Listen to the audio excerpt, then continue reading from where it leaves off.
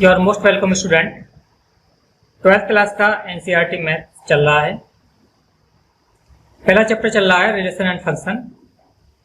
Last video lecture में हमने exercise 1.1 complete की थी।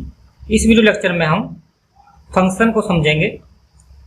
तो आइए जानते हैं फंक्शन क्या होता है। स्टूडेंट, फंक्शन को प्रतिचित्रण भी कहते हैं। और फंक्शन क्या होता है? फंक्शन एक विशेष प्रकार का संबंध है। क्या है? फंक्शन एक विशेष प्रकार का संबंध है। इसकी डेफिनेशन है, मान लिया कि ए तथा बी दो समुच्चय सेट्स हैं तथा एफ एक नियम है जिसके अधीन ए का प्रत्येक अवयव बी के अद्वितीय अवयव से संबंधित है, तब एफ को ए का बी में फंक्शन मीन्स फलन कहते हैं। तो स्टूडेंट क्या है कि यदि दो सेट्स हैं हमारे पास ए और बी, और ए का प्रत्येक एलिमेंट बी के अद्वितीय एलिमेंट से संबंधित है, तो तब हम कहते हैं एफ को ए का बी में फंक्शन कहते हैं। तो स्टूडेंट इसको सूचित कैसे करते हैं? स्टूडेंट इसको सूचित करते हैं F such that A to B या F such that A F B द्वारा सूचित करते हैं। स्टूडेंट इसको रीड कैसे करते हैं? इसको पढ़ते इस प्रकार है, एफ ए का बी में एक फलन है, एफ ए का बी में एक फलन है या फंक्शन है। और स्टूडेंट इसको इस प्रकार भी रीड कर सकते हैं, F is function of A to B या F is mapping of A to B.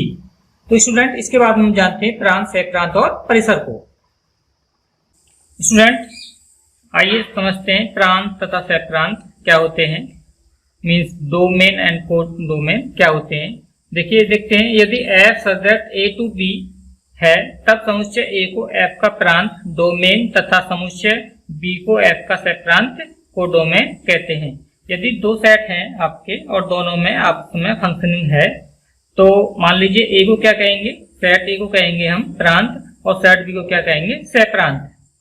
अब देखते हैं, मान लिया कि समुच्चय ए का कोई अवयव एक्स है और समुच्चय बी का कोई अवयव हमारे पास, और समुच्चय बी के किसी अवयव y से संबंधित है।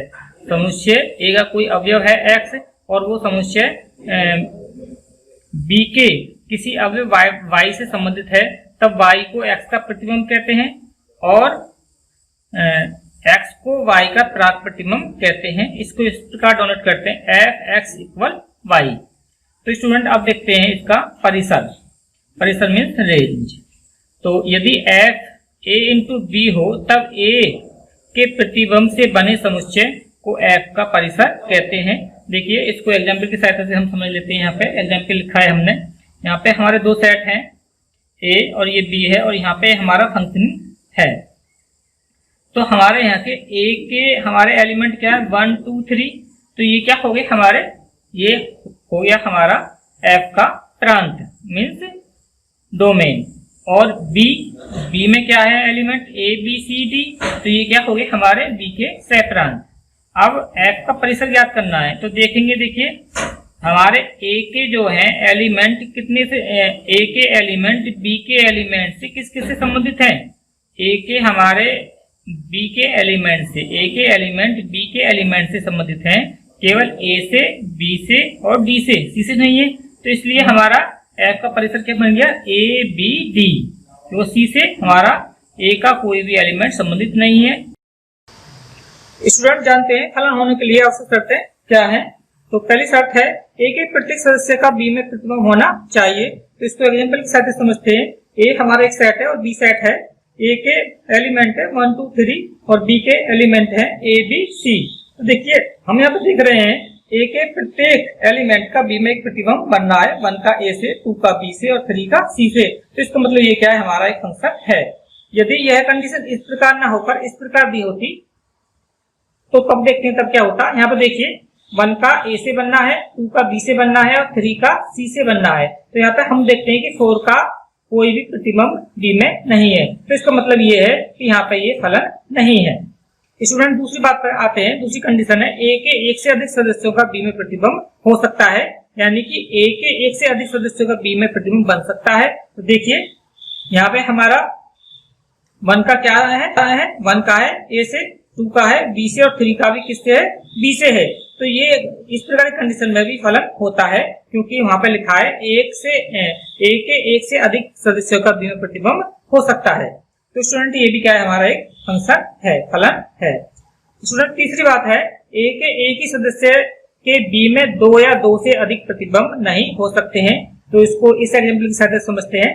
देखिए यहाँ पे हमारे ए के एलिमेंट दे रखे हैं 1 2 3 और बी के एलिमेंट है ए बी सी। देखते हैं हम यहाँ पे 1 का प्रतिबिंब हमने दिखा रखा है ए से और 1 का ही प्रतिबिंब दिखा रखा है बी से। इस प्रकार की जब भी कंडीशन हो तो वहां पे फलन नहीं बनता है। स्टूडेंट अब आते हैं कंडीशन पर, चौथी बात पर, बी के प्रत्येक सदस्य का ए में प्राप्त प्रतिबिंब होना अनिवार्य नहीं है। तो स्टूडेंट देखिए यहाँ पे इसी एग्जाम्पल से समझ लेते हैं। यहाँ पे देखिए हमारा जो प्रतिबिंब बनने थे 1 का ए से बनना था, 2 का बी से बनना था और 3 का बनना था बी से। लेकिन यहाँ पर सी का हमारा प्राप्त प्रतिबिंब नहीं बनना था ए में। मतलब हमारा जो बी सेट है इसके सी एलिमेंट का ए में कोई प्राप्त प्रतिबिंब नहीं है, लेकिन ये फिर भी फलन है। तो स्टूडेंट ये थी हमारी फंक्शन होने के लिए आवश्यक शर्तें, आवश्यक कंडीशन। इसके बाद हम स्टूडेंट समझते हैं कि हमारे जो है फलन के टाइप्स क्या होते हैं, फलन के प्रकार क्या होते हैं। फलनों के प्रकार, टाइप्स ऑफ फंक्शंस मींस फलनों के प्रकार। तो इसमें पहला टाइप है अंतःक्षेपी फलन या अंतःक्षेपी प्रतिचित्रण। इसको इनटू फंक्शन या मैपिंग कहते हैं। यदि f such that a to b एक ऐसा फलन है कि b में कम से कम एक ऐसा अवयव है जो a के किसी अवयव का प्रतिबिंब नहीं है, तब f को अंतःक्षेपी फलन कहते हैं। एग्जाम्पल के साथ इसको समझते हैं। ये हमारा a है और ये b है। इसमें देखिए a के 3 एलिमेंट है 1 2 3 और b में एलिमेंट कितने हैं, 4 हैं, a b c d। तो यहाँ पे d जो है a के किसी भी अवयव का प्रतिबिंब नहीं है, तो इसलिए यहाँ पे क्या है, ये इनटू फंक्शन है, मीन्स अंतःक्षेपी फलन या प्रतिचित्रण है। इसी प्रकार यहाँ पे देख लीजिए, यहाँ पे इसको a और इसको b मान लेंगे। तो देखिए यहाँ पे भी वही बात है, 1 का प्रतिबिंब है a, 2 का प्रतिबिंब है a और 3 का प्रतिबिंब है b और c और d किसी के भी प्रतिबिंब नहीं है। तो यहाँ पे भी क्या है, ये अंतःक्षेपी या इनटू फलन फंक्शन है। तो इसके बाद में आते हैं अगले फंक्शन पर, नंबर 2 पर। स्टूडेंट टाइप 2 है आच्छादक फलन या ऑनटू फंक्शन और मैपिंग। तो स्टूडेंट इसमें क्या है, यदि f such that a to b में ऐसा फलन हो कि b का प्रत्येक अवयव a के किसी अवयव का प्रतिबिंब हो, तब ऐसे फलन को आच्छादक फलन कहते हैं। इसका मतलब है स्टूडेंट कि b का प्रत्येक अवयव a के अवयव का प्रतिबिंब अवश्य हो। जैसे कि यहाँ पर दे रखा है a के एलिमेंट है 1 2 3 और b के a b c। तो इसमें b के सारे एलिमेंट a के प्रतिबिंब हैं। इसी प्रकार इसमें है दूसरे एग्जाम्पल में a के प्रतिबिंब में 1 2 3 1 2 3 और b के a b। तो इसमें a का प्रतिबिंब 1 का प्रतिबिंब a है, 2 का प्रतिबिंब a है और 3 का प्रतिबिंब b है। मीन्स b में कोई भी ऐसा अवयव नहीं बचा है जो a का प्रतिबिंब न हो। तो ऐसे फलन को क्या कहते हैं, आच्छादक फलन या ऑनटू फंक्शन कहते हैं। ऐसे फलन को सर्जेक्टिव भी कह देते हैं, सर्जेक्टिव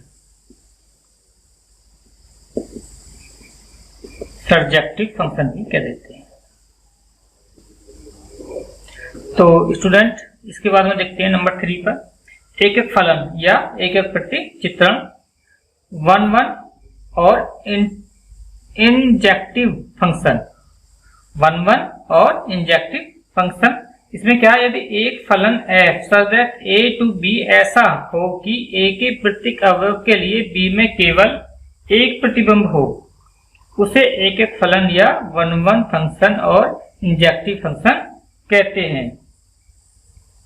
जैसे कि यहाँ पे आपका देखिए, यहाँ पे a और b, इसमें हमारे प्रत्येक a के प्रत्येक एलिमेंट के लिए b में केवल एक ही प्रतिबिंब है।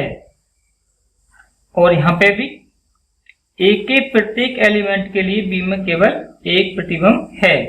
तो ये क्या है आपके, ये आपके जो है एक एक फलन या एक एक प्रतिचित्रण या 1-1 और इंजेक्टिव फंक्शन होते हैं। देखिए इसमें अब दो बातें हैं यहाँ पे। ये जो हमारा एग्जाम्पल दिया है पहला वाला, इसमें देखिए ए और बी दोनों आपके सेट में, इसमें कोई भी एलिमेंट बचा नहीं है, न ए का बचा है न बी का। ए का बचता तो ये आपका फलन बनता ही नहीं, और बी का नहीं बचा है तो इसका मतलब क्या है, ये आपका एकक तथा आच्छादक फलन भी कहलाता है। इसको 1-1 ऑनटू फंक्शन भी कहते हैं या बीजेक्टिव फंक्शन भी कहते हैं। दूसरा नंबर एग्जाम्पल है ए और बी में।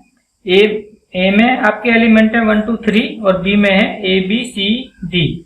तो इसमें हमारा एक एलिमेंट डी बच रहा है, इसमें एक एलिमेंट डी बचा हुआ है, बी का एलिमेंट ए। तो ऐसे फंक्शन को हम एकक अंतःक्षेपी या 1-1 इंटू फंक्शन कहते हैं। तो स्टूडेंट इसके बाद आते हैं नंबर 4 पर। टाइप 4 है अनेकक फलन अथवा मैनी वन फंक्शन और मैपिंग। मैनी वन फंक्शन और मैपिंग या अनेकक प्रतिचित्रण। इसकी डेफिनेशन है, यदि फलन f such that a to b में ऐसा फलन है कि b में कम से कम एक अवयव का प्राक प्रतिबिंब a में एक से अधिक हो, तब ऐसे फलन को अनेकक फलन कहते हैं। देखिए यहाँ पे एग्जाम्पल के साथ समझेंगे। देखिए हम a के इसमें हमारा b जो है, b का एलिमेंट है a और a के सेट a में दो प्राक प्रतिबिंब हैं। कितने हैं? दो प्राक प्रतिबिंब हैं। तो ऐसे फलन को हम क्या कहते हैं? अनेकक तथा अंशक्षेपी फलन कहते हैं, क्योंकि इसमें c खाली भी है। इसमें c क्या है? खाली है। तो इसको हम कह सकते हैं अनेक तथा अंतःक्षेपी फलन, क्योंकि इसमें c खाली भी है। तो स्टूडेंट दूसरा एग्जाम्पल देखते हैं। इसमें क्या है, a और b दो सेट हैं आपके और ये फलन बनना है। इसमें हमारे b का जो एलिमेंट a है, इसके जो आपके प्राक प्रतिबिंब बनने हैं a में, वो दो बनने 1 और 2, और b का बनना है 3। इसमें हमारा कोई भी एलिमेंट b का खाली नहीं है, तो इसको हम क्या कहेंगे? अनेकक तथा आच्छादक। क्योंकि इसमें कोई भी खाली नहीं है तो ये क्या हो गया? आच्छादक भी। और इसमें हमारा एक खाली था तो ये क्या बन गया था? अंतःक्षेपी। तो इस फंक्शन को हम क्या कहेंगे? मैनी वन ऑनटू फंक्शन या सर्जेक्टिव फंक्शन। तो स्टूडेंट ये हमारे फंक्शन के टाइप थे, और फंक्शन का हमने बेसिक कॉन्सेप्ट पूरी प्रकार से, ठीक प्रकार से हमने समझ लिया है। इसके बाद में हम नेक्स्ट वीडियो लेक्चर में एक्सरसाइज 1.2 समझेंगे। वीडियो देखने के लिए आपका धन्यवाद।